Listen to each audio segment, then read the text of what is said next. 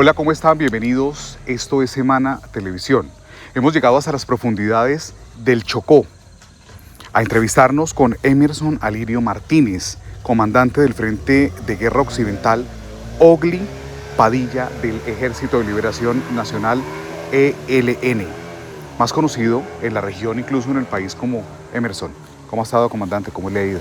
Muy bien, saludo a usted, Francisco, al medio de comunicación Revista Semana, a, a sus seguidores, y también saludamos a todos nuestros hermanos de lucha en las diferentes partes del país y del mundo. A usted el país lo conoce como el hombre de los paros armados.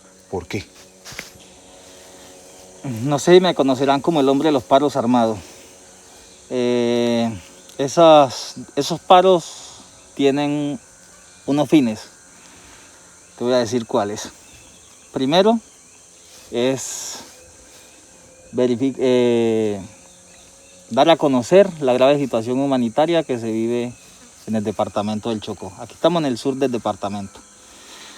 Y segundo, la connivencia entre fuerzas paramilitares y militares en el territorio. Entonces, gran parte de los paros armados que se han realizado es para eso, y también para salvaguardar la integridad física de los pobladores, porque cuando hay confrontación y hay movimientos nocturnos en lanchas o situaciones así, se pueden presentar incidentes que pueden terminar afectando a población no combatiente. Es decir, cuando hay un paro armado, en ocasiones es porque necesitan mover tropa, mover armas y demás. No, cuando se hace paro armado se hace con situaciones específicas, es decir, hay una zona de confrontación. Sí. Entonces, para evitar incidentes, que se está moviendo el Ejército de Liberación Nacional, se está moviendo Parasco y se está moviendo civiles, en cualquier momento puede haber un accidente, porque no se va a distinguir las embarcaciones de noche o de día, quién se está moviendo, y hay unidades emboscadas. Entonces, para evitar eso, se hace la restricción de la movilidad para esos objetivos, para salvaguardar la vida de las personas que no son combatientes. Y lo otro, lo que ya te dije, para visibilizar la grave situación humanitaria, el abandono estatal y la colusión que hay entre fuerza pública y paramilitares. Comandante, al gobierno del presidente Gustavo Petro le quedan 4 meses en el poder. ¿No se logró definitivamente la paz con ustedes? Pero antes de responderte esa, lo de los paros armados no es una definición, digamos, de Gerson como tal, sino que es una situación que se decide colectivamente. O sea, no soy yo el que digo hay que hacer un paro armado en tal región o cosas así. Simplemente me ha tocado de vocero en algunas ocasiones y se escucharía mi voz en algunos de los comunicados. Pasando a la segunda pregunta. El ELN ha mostrado y ha publicado su voluntad de continuar en un proceso de solución política al conflicto, ¿cierto? Pero también hemos dicho, la paz la buscamos y la queremos construir con la sociedad, donde todo el pueblo se vincule y se haga el diseño de paz que queremos para que el país salga del conflicto, no una paz impuesta o solamente desarme del ELN y para que nada cambie.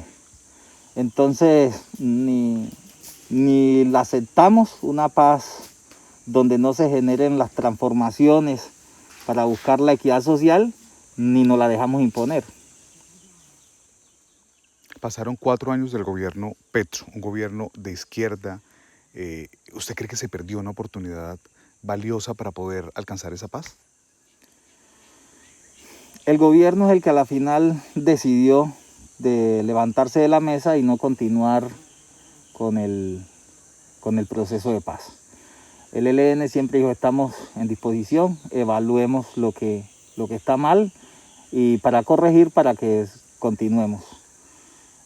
Una de las situaciones que agravó la mesa, considero yo, primero el fondo multidonante. Entonces, cuando en algún momento salió el comunicado de que el Ejército de Liberación Nacional dejaba de las retenciones económicas de manera temporal por 60 días, si la mente no me falla, o 90 días,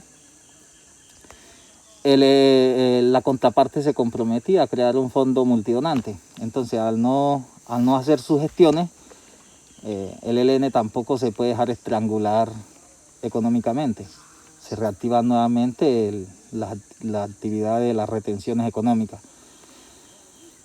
El otro, donde, hombre, que se corrija de que se hable, para eso están los voceros nacionales. Estaba el comandante Pablo Beltrán, el comandante Aureliano y demás compañeros y compañeras que componen el equipo de la organización que nos representa a todos. Y se dio la situación de que buscaban que con los frentes de guerra hacer conversaciones individuales, y eso conlleva a reciclar violencia.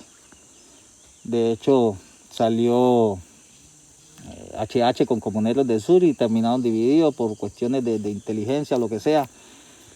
Terminó contado y ahí ahora no se sabe si son Comuneros del Sur o son Autodefensa de Nariño.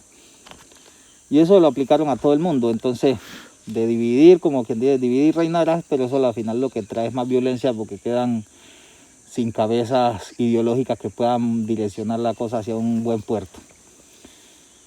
Y lo otro, que creo que era lo más complicado, hombre, si la contraparte dentro de los acuerdos está que nosotros salíamos de los grupos de los GAOs y no lo hicieron, entonces esa es la crítica que hace el ELN, cumplamos para que se pueda avanzar, ¿cierto?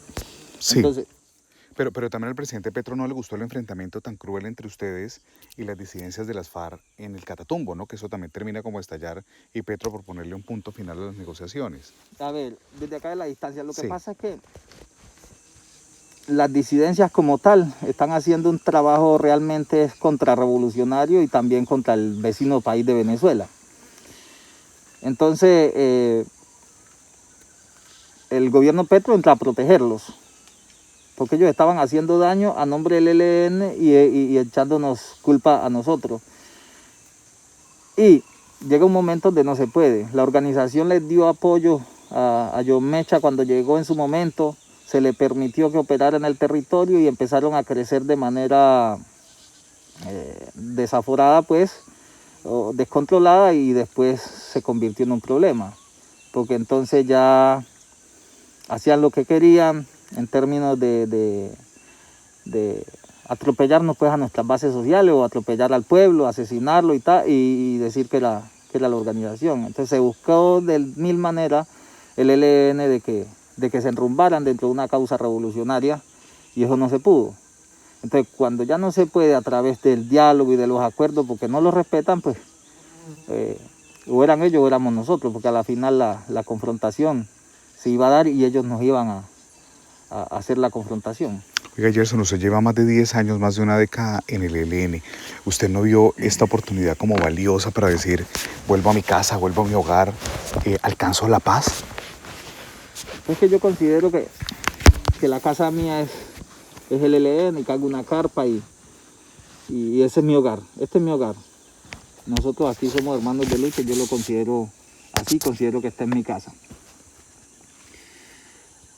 La paz, como nosotros o como la percibe el ELN, que es con justicia social, siempre y cuando eso no se dé, eso considero que no está bien de que retrocedamos en el tema de entregar las armas como lo proponen a veces y que nada cambie.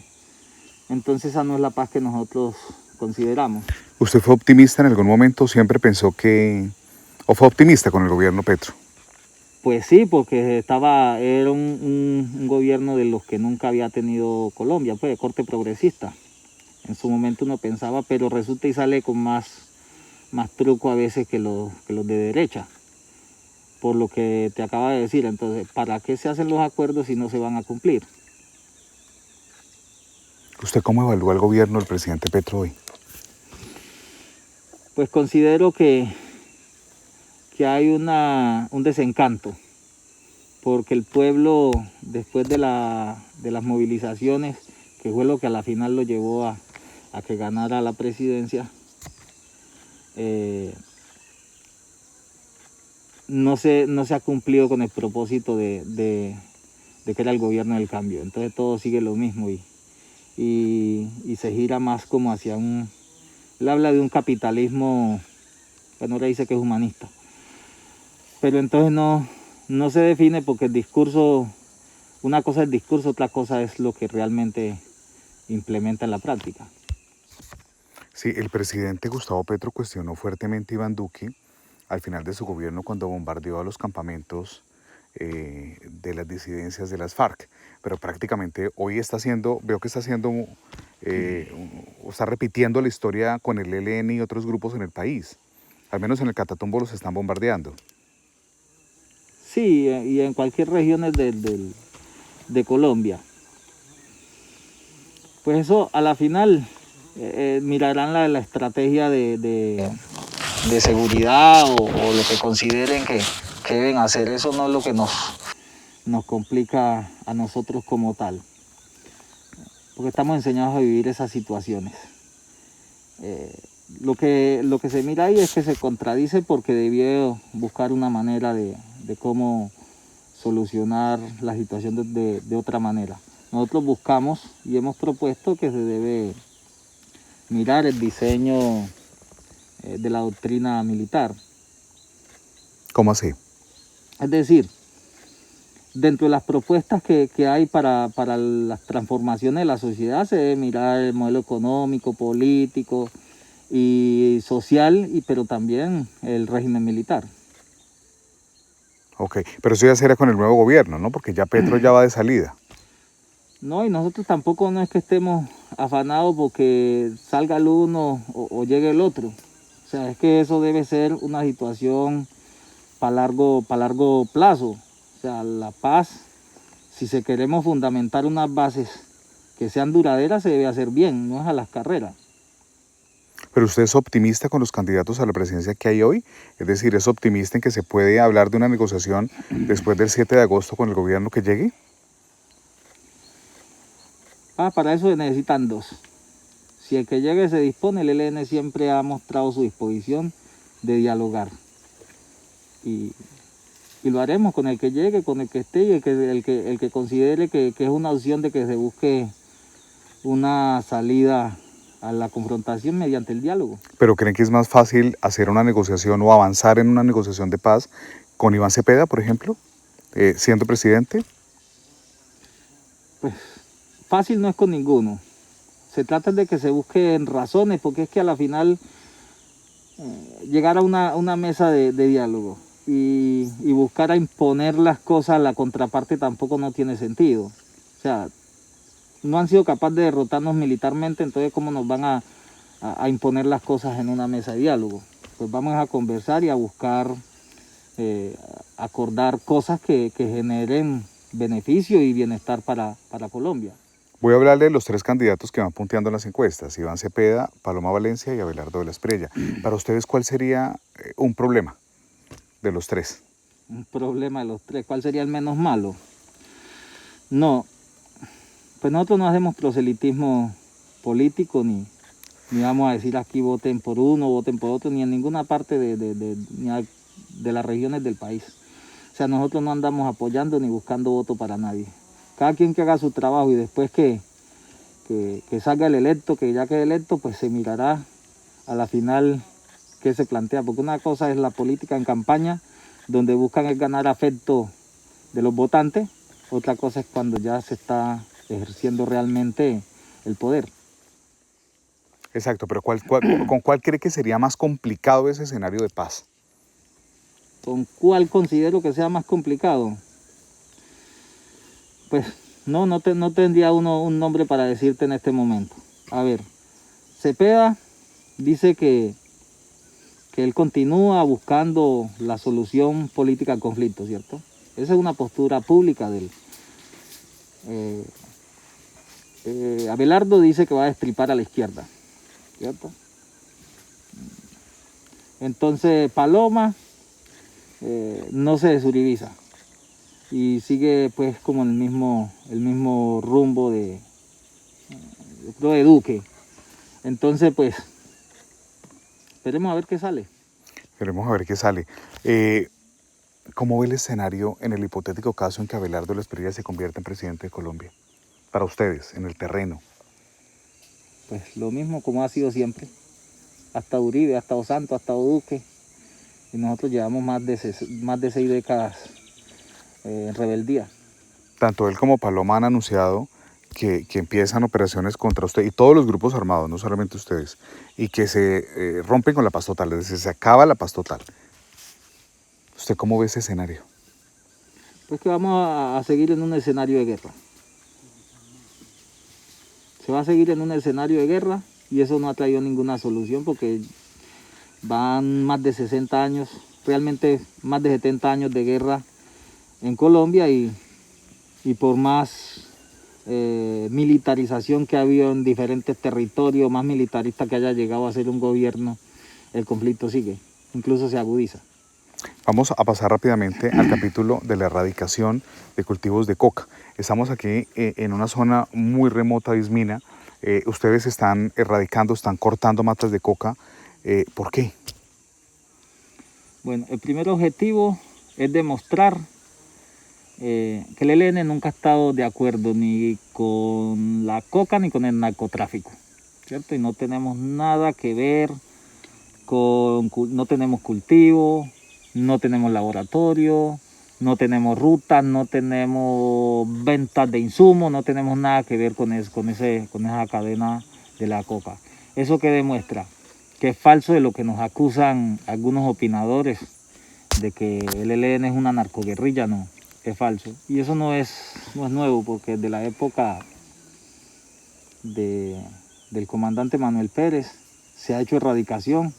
Desafortunadamente el ELN no tiene las capacidades económicas para resolverle a toda la población unas situaciones alternativas de que se puedan sostener, y realidades terminan desbordando a las razones, a lo que queremos realmente. Demostraciones ha habido de que en Arauca, de 2007 a 2010, el Frente de Guerra Oriental erradicó la coca en esa región de Arauca, en contra de la voluntad de la FARC y de la misma fuerza pública. Y los réditos de esa erradicación lo terminó cobrando Uribe en su gobierno. Entonces, esto demuestra, y le hemos planteado al campesino don Luis, de que otras alternativas, pues, de sembrar otro tipo de comida o producto que sea lícito, y en eso se está buscando a ver la manera de que se ayude en esa situación. Pero entonces, ¿cómo el campesino sustituye la coca? ¿Por qué? Plátano y cualquier otro producto que se dé en la región. Pero eso no da lo mismo, es decir, financieramente no les da lo mismo. Hoy no tiene comercio y es más para el consumo propio que para comercializar, por diferentes razones. Aquí el transporte fluvial, y es de los más caros, tocaría llevar eso muy lejos y queda valiendo muy poco lo que es la reacción de plátano, el racimo de plátano, de yuca o lo que sea. Entonces, en balance una cosa con la otra no equipara. O sea, los gastos que toca invertirle a la producción de pan coger, con lo que se va a sacar de beneficio, no es bueno. Pero entonces sí sirve para comer, y hay pescado y hay cosas que tiene estos ríos, entonces pues hay que buscar otra alternativa. Con eso se puede alimentar marrano y cosas, y buscar otra. ¿Cuál es su propuesta en materia de erradicación para el nuevo gobierno? Porque ya este se fue. Pues para el nuevo gobierno lo que hay que mirar es las alternativas que le puedan brindar apoyo a la población. Este es un territorio muy olvidado. Y no solo este departamento del Chocó aquí en el sur del departamento, sino en diferentes partes de Colombia. Entonces, si no se le brinda apoyo a esa población que hoy vive de la hoja de coca, ¿de qué manera se espera que se sustituya y que se brinden otras oportunidades de que la gente se pueda sostener? Comandante, usted dice que no tiene nada que ver con la coca, que no cultivan, que no tienen... Entonces, ¿de qué viven? Es decir, o sea, de cómo financian una tropa tan grande, porque el ELN en Chocó es grande. Se le cobra a toda actividad comercial que se mueve en los territorios donde operamos. Es decir, nosotros en el tema de la coca, lo único que cobramos es a los que la comercializan. O sea, cobramos un impuesto de guerra, como se le cobra a la madera, como se le cobra al que mueve oro, como se le cobra al que tiene ganadería, como se le cobra a toda actividad comercial. Es decir, el que compra y vende coca. El que compra y vende el que llega a la región, el que llega a la región a a comprar la base de coca, se nosotros tiene que pagar un impuesto. tiene que pagar un impuesto. ¿Qué porcentaje están manejando ahora ustedes? 200, 300 mil pesos por kilo. Y frente al tema del oro, Frente al tema del oro, cobramos una impuestación dependiendo de la producción, es decir, el 7%, que saque 100 gramos nos pagaría 7 gramos. 7 gramos. Y en el tema de la madera. El tema de la respuesta es como, el tema de la madera es como 3.000 pesos por troza. 3.000 pesos. 3.000 pesos por troza. ¿Cuántos hombres tiene usted, comandante Gerson? Eso dejémoselo a inteligencia militar para que ellos se encarguen de esa tarea. Pero reconózcame una cosa, han crecido durante el gobierno Petro, es decir, el número de hombres, el número de armas, ¿ha crecido la organización en Chocó en este gobierno? En Chocó y en el territorio, o sea, pero no es... el ELN siempre ha buscado crecer y hemos tenido crecimiento en diferentes territorios. Entonces se la pongo más general, ¿cuántos hombres tiene el ELN en Colombia?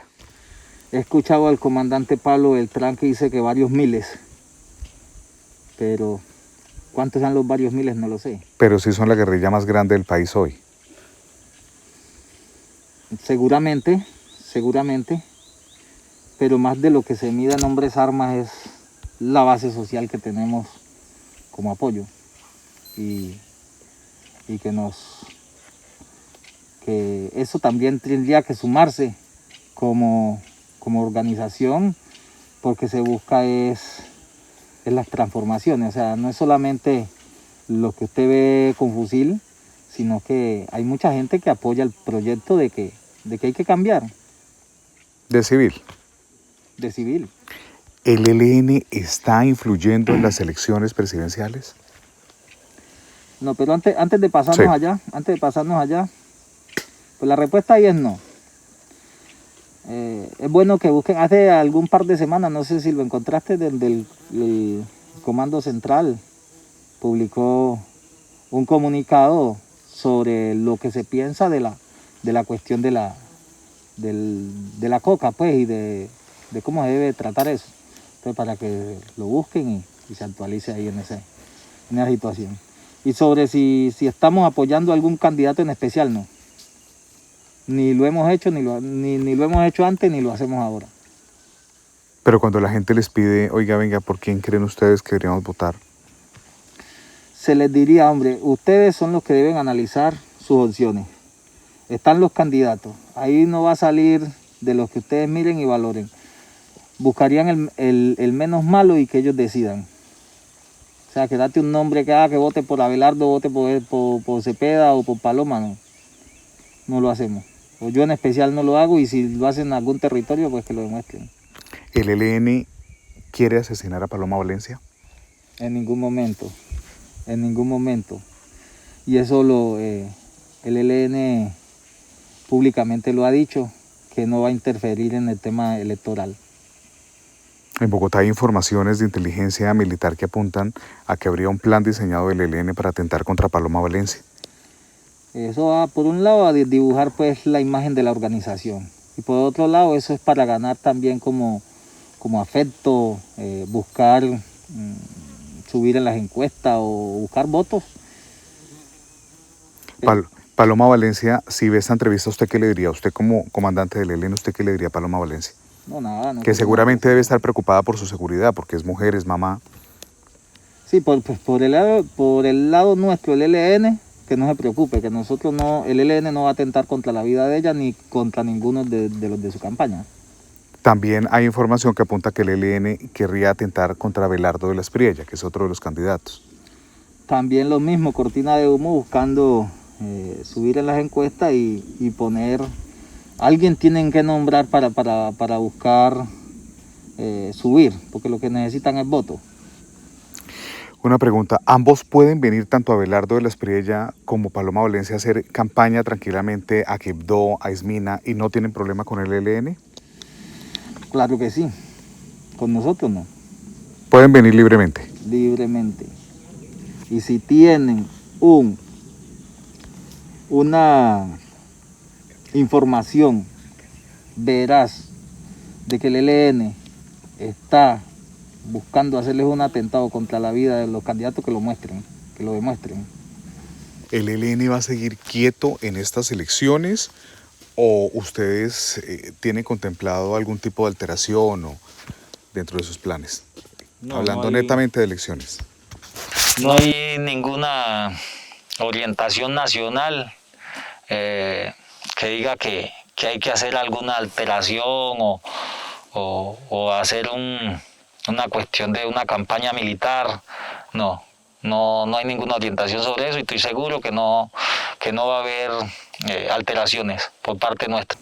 Estamos en Chocó y obviamente esto es muy lejos de la zona de frontera con Venezuela, pero pues el ELN es uno solo. ¿Qué tanto le ha afectado a la guerrilla del ELN la captura de Nicolás Maduro? No, es que nosotros somos una organización guerrillera colombiana. Consideramos que no, o sea, nosotros no estamos de acuerdo a que haya injerencia de países extranjeros en ningún país del mundo. Pero en la zona de frontera cruzan, ustedes cruzan, sí, claro. Cruzan a Venezuela y vienen y van. Hay frontera, claro, y lo mismo en Ecuador o Brasil, donde tenemos Panamá, donde hay frontera. Pero no le generó una afectación de alguna u otra manera, porque lo que siempre se ha dicho es que Nicolás Maduro protegía al ELN. Pero no tienen prueba de que lo demuestren. Entonces, pues, una cosa es lo que se dice, otra cosa son las realidades. Porque los medios o opinadores dicen lo que quieren y lo que les conviene, porque es que la comunicación es un arma. Entonces, ¿a quién beneficias o a quién perjudicas? Dependiendo de eso se dan las informaciones, las expresiones. Sí, lo dicen, comandante, porque en Venezuela siempre ha sido como la retaguardia o el lugar donde han estado seguros tanto Pablo Beltrán como Antonio García, y no solamente ellos, sino Iván Márquez y otros comandantes de las FARC. Entonces, siempre se ha visto a Venezuela y se ha considerado como el sitio a donde llegan seguros, donde pueden escapar de las autoridades colombianas. Pero lo dicen la contraparte. O sea, y si la inteligencia militar considera que están donde están, pues es el trabajo de ellos. Comandante Gerson, pero no les ha afectado, yo insisto en la pregunta, la captura de Nicolás Maduro, ustedes como ELN. Pues ya te acabé de decir que los planes de trabajo del ELN como tal continúan lo definido por Congreso, continúan. Entonces no nos ha afectado. ¿Qué criticamos, hombre? Siempre que Estados Unidos entra a un territorio a buscar democracia a otros pueblos, consigue petróleo. Entonces, ¿qué es lo que realmente busca? ¿Sí? Maduro fue acusado de cartel de los soles y resulta ahora que el cartel de los soles no existe. Entonces es simplemente una estrategia para justificar la agresión contra el país de Venezuela. Eso quedó demostrado en todo. Y así ha pasado en Irán, cuando las armas, en Irak, cuando las armas de destrucción masiva, con Libia, y lo que han llevado es violencia. Ahora con la cuestión de Irán, que pensando que mataban a Ali Jamenei y el Ayatollah y que con eso iban a hacer un cambio de régimen, y ahí están enredados con eso, con el tema de querer cambiar el gobierno iraní. Pero frente a Maduro, perdón, hay muchas denuncias, por lo menos la del Pollo Carvajal, que fue su aliado y demás, que habla sobre nexos con el narcotráfico, entre otros. Sí, pero entonces eso que lo haga la justicia. O sea, ellos, ¿por qué cogieron a Maduro? Que porque no, que porque era de Cártel de los Soles y que porque no había democracia en Venezuela. Entonces, ¿por qué no van a coger los árabes, donde tampoco se hacen elecciones, siempre mantienen los mismos? Y a eso no, eso allá sí es democracia. Entonces se la montan es a la... Estados Unidos lo que busca realmente son sus intereses que le beneficien a él, no que le beneficie a los pueblos a los que supuestamente ellos dicen ayudar. Pero ¿les preocupa a ustedes el hecho de que haya elecciones en Venezuela y que llegue a ganar la derecha? No, para nada, no nos preocupa. O sea, siempre como revolucionario no nos gustaría pues que se llenara este continente de Milei, ¿sí? Pero eso tampoco quiere decir que es que nosotros nos veamos afectados en nuestro accionar como revolucionario porque se elijan a más Milei en el territorio. ¿Y en Colombia le preocuparía que llegara un Milei? Hemos tenido ¿O la derecha? A Uribe, hemos tenido a Santos, hemos tenido de todos los cortes presidentes aquí en Colombia, y el ELN sigue existiendo y sigue en su proyecto de rebeldía. Yo vuelvo y le insisto en una pregunta que le hice hace poco. ¿Qué tanto han crecido ustedes en los últimos 4 años? No lo sé, la verdad. ¿Pero sí han crecido o no han crecido? Tocaría hacer un balance. En el frente de guerra seguramente sí algo un poquito, pero digamos un 7%, 10%. ¿Y a qué atribuye usted eso? De pronto al movernos en otros territorios, o sea, nos movemos y pues la gente se va vinculando. Eso por un lado. 2, la falta de oportunidades que la gente tiene. Entonces, si no hay condiciones de salir adelante, la población termina vinculándose en la organización, porque es que al final el ELN también es una opción de vida. ¿Ustedes les pagan a las personas que están en el ELN? ¿Tienen una mensualidad? No, aquí no hay sueldo para ninguno. ¿Cuánto vale sostener un hombre en el ELN? Dependiendo el territorio y el contexto de guerra. Aquí en el Chocó, por ejemplo. Aquí en el Chocó, si vamos a lo que es lo básico de bota, ropa, comida y transporte, digámoslo, eso está por ahí en 1.200.000.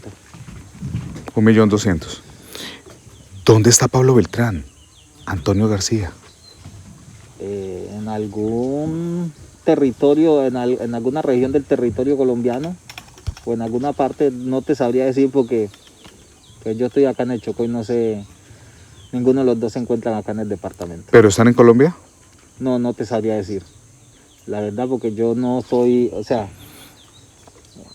yo tengo comunicación con lo que es el equipo de conducción o mi conducto regular a quien yo me debo comunicar, que no es ninguno de la Dirección Nacional y mucho menos del COSE. Entonces, como no tengo comunicación con ninguno de ellos, tampoco no sabría decir ni pregunto tampoco. ¿Usted les obedece a ellos? Claro, el ELN es que no es obedecerle ni siquiera a ellos, o sea, no es obedecerle a ellos, aquí se obedece, son unos planes de trabajo, unas políticas que se definen en Congreso. De hecho, una de ellas es el deslinde categórico del narcotráfico, como te lo había dicho, y así mismo las diferentes, el resto de orientaciones que hay. Entonces, cuando ya se definen esas políticas dentro de los congresos, pues toda la militancia del Ejército de Liberación Nacional tenemos que cumplir, porque a la final es la militancia más representativa la que aprueba qué se debe hacer durante un periodo de trabajo. ¿Quién manda en el ELN? En las FARC era Manuel Marulanda, era como la cabeza visible, la cabeza grande. ¿Quién es esa cabeza en el ELN? En el ELN tenemos Antonio García, que es el primer comandante responsable político. O sea, él es el máximo, la principal cabeza, Antonio García. Eso. Nosotros estamos compuestos por responsable político, responsable militar, responsable de masa, responsable ideológico y responsable de economía y finanzas. Esos son los 5 compañeros y compañeras que componen una dirección colectiva, llamamos dirección colectiva. En este caso, en el comando central está el comandante Antonio García, el comandante Pablo Beltrán y el comandante Pablito. Los otros 2 no sé cuál es el nombre de ellos, 2 hombres y mujeres, no sé. Pero son 5, sé que son 5 los que componen el comando central. Y asimismo se componen las otras direcciones, por ejemplo la dirección de un frente de guerra, en fin. Entonces, de esa manera no es solamente porque Antonio es el responsable político del ELN, él es el que manda todo. Para eso está el equipo del COSE y a la final lo que conduce en todo el plan es la dirección nacional. Ustedes sí obedecen al COSE, se lo pregunto porque la imagen que hay en Bogotá y ante las fuerzas militares es que el bloque occidental, el de Chocó, es muy distante al COSE y siempre ha estado como en esa rebeldía las decisiones del COSE. Sí, pero lo hacen desconociendo las realidades, porque no hemos incumplido ninguna orientación nacional. El ELN es centralizado y el Frente de Guerra Occidental Ogli Padilla es centralizado. Y lo que oriente la dirección nacional lo asumimos en territorio. Lo asumen en territorio. ¿Cuántos secuestrados tiene el ELN hoy? En este momento, no, del ELN no te sabría decir porque yo estoy acá en una partecita nomás. En el bloque occidental entonces. En el bloque occidental, que yo sepa, no tengo información de ningún secuestrado, como usted lo llama, nosotros lo llamamos prisioneros de guerra a los que son espías o capturados en combate. De eso sí tenemos. ¿Cuántos? Unos, que yo sepa, tenemos 2 capturados. De espías, ¿no? Pero ya lo de retenciones económicas que nosotros llamamos, o privación de la libertad por cuestiones económicas, en este momento que yo tenga conocimiento, no. No tienen. Pues no te diría que no tenemos, pero yo no tengo el conocimiento en este momento. Por ejemplo, aquí en esta región del Chocó. de Chocó, no lo tenemos. No tienen. No. ¿Qué van a hacer con esos 2 espías? Pues el ELN hará el debido proceso y se definirá. ¿Los devuelven? ¿O los matan? Eso ya es definición de la organización, pues en términos de nuestra jurisdicción de Código Penal. ¿Son militares o son infiltrados de otros grupos? Infiltrados. De otros grupos. Infiltrados, sí. Infiltrados de otros grupos. Comandante, ¿cuáles son sus principales enemigos aquí en el Chocó? Principales enemigos aquí en el Chocó. A ver, yo creo que los principales enemigos, el enemigo del Ejército de Liberación Nacional no es ni siquiera el soldado ni el policía. Nosotros somos la oligarquía y el imperio realmente.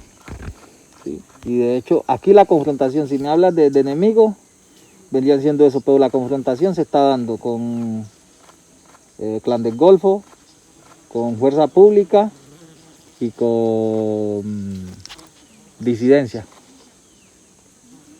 Esos son los principales frentes con los que ustedes se han enfrentado hoy. Esos son los frentes de combate en este momento. ¿Y son muy fuertes los combates acá? Es decir, ¿constantemente o se respetan los territorios? ¿O tienen territorios definidos? No, muy constante. Tampoco hay territorios definidos. O sea, hay definidos donde unos controlan, digamos, de cierta parte para allá, otros más hacia acá, más control, pero se pasa aquí para allá y se pasa para acá y hay confrontaciones constantes. Constantes. Usted me decía que el ELN no tiene nada que ver con la coca, pero ¿cómo está ese negocio de la coca hoy aquí en el Chocó? Petro decía que el precio había caído. ¿Qué tan cierto es esto? ¿Ya no es tan rentable? Mire, voy a decir lo que yo pienso. La coca en algún momento entiendo que En los gringos había mucho más demanda y quizás las ganancias eran mejor. Ahora la cuestión del fentanilo ha reemplazado mucho la cuestión de la coca. Entonces los precios entiendo que caen. Porque este campesino en este momento acepta de que se le arranquen las matas y se les ayude a sembrar otro tipo de cultivo. Porque no está siendo rentable. Por un lado los insumos, muy caros. Por otro lado no aparece tanto el recurso de la moneda. Y los precios de la hoja como tal le sale barato. Entonces compensando una cosa con la otra no le está haciendo muy rentable. Entonces si le ayudamos, como le vamos a ayudar a sembrar las matas de plátano y cualquier otra cosa que produzca y a darle animalitos, pues de esa manera van a poder, se aceptan. Si la rentabilidad fuera mucho más jugosa que lo que se le está proponiendo, seguramente no aceptarían. Hace falta la presencia del Estado en Chocó, eso siempre se ha evidenciado. ¿Qué trajo el gobierno Petro a Chocó? Pues yo no he visto los beneficios. Realmente se siguen viendo las mismas obras en elefantes blancos y cosas, pero no se ve el beneficio como general, donde se haga una obra que se esté haciendo el alcantarillado, los acueductos, donde se esté generando los cambios que realmente impacten en la población que vive en las regiones del Chocó, ¿no? Más bien ha estado complicado con la situación de violencia, porque se ha agudizado. ¿Por qué? Porque en los territorios que nosotros hemos estado históricamente, pues nos han querido invadir con guerras proxy, diría yo, o encomendadas. Entonces, el enemigo es claro que el enemigo a vencer es al ELN, porque ni las disidencias tienen fines políticos, ni de cambiar, ni de transformar nada, ni proponer nada, y mucho menos tampoco los gaitanistas o el clan del Golfo. Entonces el enemigo a vencer es al ELN, y hacia allá le meten todas las bandas que sean necesarias para que mantengan al ELN asediado, para que quitarle territorio al ELN, y eso lo apoya Fuerza Pública, y de esa manera abren el chorro para que constantemente mantengamos en confrontación. Es decir, ¿ustedes se sienten perseguidos por el gobierno Petro? ¿Usted cree que eso viene del gobierno? Y sí, de todos los gobiernos, y no sé si sería orientación de él o porque ya la fuerza pública viene así desde siempre, porque siempre han trabajado con los paramilitares. Entonces, al haber estas bandas de Parafar y paramilitares del cartel del Golfo, entonces a todas las zonas del ELN nos las van invadiendo, ¿sí? Entonces, por eso se dan las confrontaciones. Usted decía que la coca no es rentable, el oro. El oro sí está a muy buen precio, el gramo. O sea, se mira y eso hay una aplicación. Y se mira y el oro, yo llegué a mirar que estaba como a 600.000 pesos el gramo de oro fino. Ahorita no sé, debe estar por ahí en 500, no sé, hace rato no miro esa aplicación. Y esa se ha convertido en una principal fuente de economía para la gente de Chocó, de estas zonas apartadas. Claro, la gente vive del bareque, la gente vive de la minería artesanal, de la mediana minería, y de eso es que se rebusca la gente. ¿Y ustedes le cobran la mal llamada vacuna a quién? A los que compran el oro. A la producción de oro. O sea, ahí no es el que compra el oro, sino que el que trabaja nos paga una impuestación. Les pagan una imposición. ¿Han hecho algo ustedes frente al tema del mercurio en el río Atrato, en el río San Juan? No, o sea, aquí hablo de que hayamos hecho. Nosotros siempre hacemos como nuestra tarea en temas ambientales, ¿cierto? Porque es uno de los ejes tácticos que ha tenido el ELN dentro de sus planes de trabajo. Dentro de ello va la cuestión del mercurio, o sea, Si alguien va a trabajar, se debe hacer de manera que cause la menos afectación posible al medio ambiente, es decir, a las aguas, a lo que sea. Esa es nuestra política. ¿Están reclutando menores de edad? Pues en Colombia se considera menores de edad de 18 años hacia abajo. Nosotros, dentro de las políticas definidas, ahí sí se vinculan a la organización de 16 años en adelante. Pero son jóvenes que quieren llegar. O ustedes van a una casa y si ven un muchacho con potencial, con físico, se lo traen, ¿no? El ELN no recluta, el ELN se incorpora el que quiere y eso se le explica cuáles son nuestras razones de lucha y también la disciplina que toca cumplir, ¿cierto?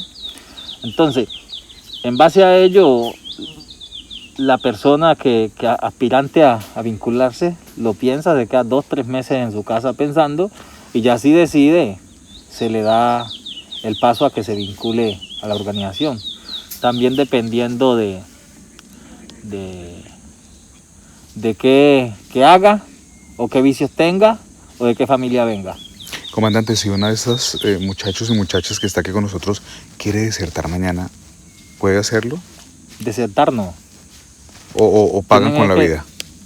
Tienen que pedir el permiso para la retirada. O sea, porque el ELN brinda la posibilidad de que se pida la retirada.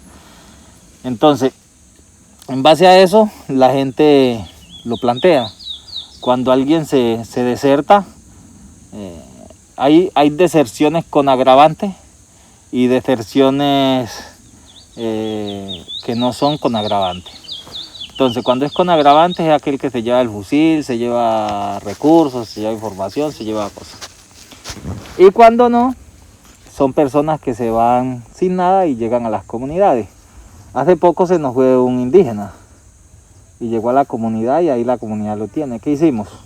Concertamos con los líderes de ponerle una sanción, que nos devolvieran el uniforme, nos devolvieran las cosas y el indígena queda en la comunidad.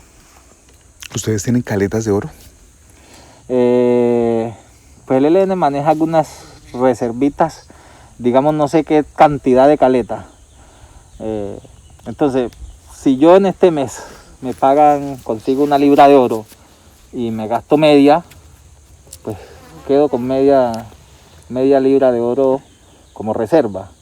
Si está en caleta o no está en caleta o anda en el bolsillo, no lo sé. Pero así como que tengamos las arrobas guardadas, no. Pues hablo de acá del frente. Sí, pero son bloques, son... lingoticos, pues pongamos, llamémoslos. Lingotes. Pues es lo que me das a entender ahí que son... Sí. ¿Y qué tanto tienen? No, nuestra producción no es tan alta. Es que si nosotros tuviéramos una economía fuerte, estaríamos más desarrollados. La guerra estaríamos más potentes. ¿Pero más? Más potente, claro. Pero todas las armas que tienen... Sí, pero todavía faltan más. ¿Cómo qué, por ejemplo? Como que no, la guerra lleva mucho gasto. Más munición, más .50, más armamento, más cosas. Aunque ahora la guerra se libra con drones. Ustedes no han entrado todavía a ese proceso aquí en Chocó. Tenemos algunos drones y hemos hecho cositas con drones. Sí, ya entraron a esa era. ¿Y cómo es eso? La cuestión de dron es el piloto y lo eleva y funciona normal y suelta la carga. Suelta la carga. ¿Y carga de qué nivel? Es decir... Una granada con explosivo. Entonces la granada cae y donde cae explota. O sea, ya está empezando en Chocó. Empezó. Ya empezó la guerra de drones. Sí, ya empezó. ¿Entre ustedes y el Golfo o las disidencias? Con todos. Las disidencias tienen, nosotros tenemos. ¿Y ya tienen ustedes gente entrenada para...? Sí tenemos pilotos. Tienen pilotos. Comandante, por último, yo esperé verlo más contundente, más fuerte contra Paloma Valencia y Abelardo de la Espriella, porque son los candidatos de derecha, y lo noté muy políticamente correcto. ¿Puedo interpretarlo como una puertica que deja usted abierta para una eventual negociación de paz con cualquiera de los dos candidatos de derecha en caso de que lleguen a la presidencia? El ELN no le cierra la puerta a ningún candidato o a ningún presidente o presidenta que salga electo. O sea, que nuestra voluntad no depende de la persona que esté en el poder. Nuestra voluntad es real. Y eso es definición de Congreso, o sea, de manera unánime, donde se llegan los participantes, se debate y se decide qué se va a hacer. Perdón. Entonces no es dependiendo el nombre de la persona quien esté ejerciendo el poder, sino es política definida por la organización. Entonces tanto Paloma o Abelardo o el que llegue, las condiciones son las mismas. Lo único, lo que hacemos es lo que te dije al principio. No aceptamos ni nos dejamos imponer la paz que quiera la contraparte. Ahí es que debatirlo y llegar a acuerdos. Es decir, si no hubo paz con Petro, es muy difícil que ya con un nuevo gobierno. Tenemos a ver qué pasa. Bueno, solo si llega Iván Cepeda. El que llegue, con Tendría el que más llegue opción, y porque... quiera, pues... es el único que ha abierto la puerta a la paz total. Públicamente sí. Comandante, muchas gracias. Gracias a usted. ¿Será que cuando nos volvamos a sentar usted y yo, ya estará usted listo para firmar la paz? Eso no es que eso no depende de lo que yo piense o lo que yo quiera, sino de que hacia dónde avanza la madurez del país para que busquemos esa forma de acabar la violencia, de sacar la violencia de la política.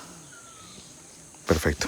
Comandante, a usted muchas gracias, a ustedes también muchas gracias por acompañarnos y hasta la próxima.